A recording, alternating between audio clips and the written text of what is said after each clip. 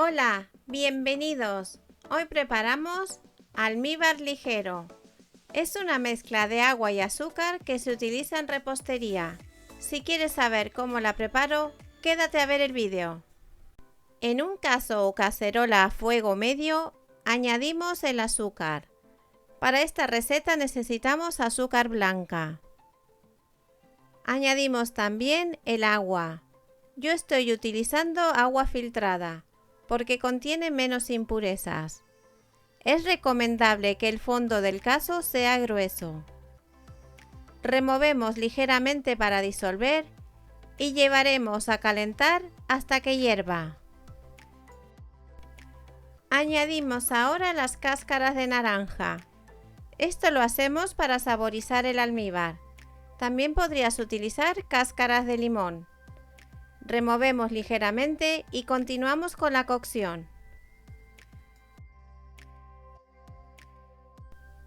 Cuando la mezcla comience a hervir, bajaremos el fuego y mantendremos a fuego bajo durante 5 minutos más. El almíbar se utiliza para endulzar y conservar alimentos. Se puede usar para humedecer bizcochos, pintar frutas, masas de hojaldre o tipo brioche.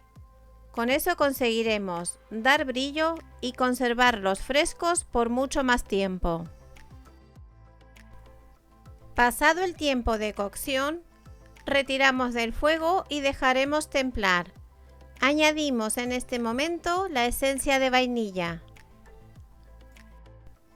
La esencia de vainilla la puedes sustituir por una cucharadita de ron, de brandy o cualquier licor de tu preferencia.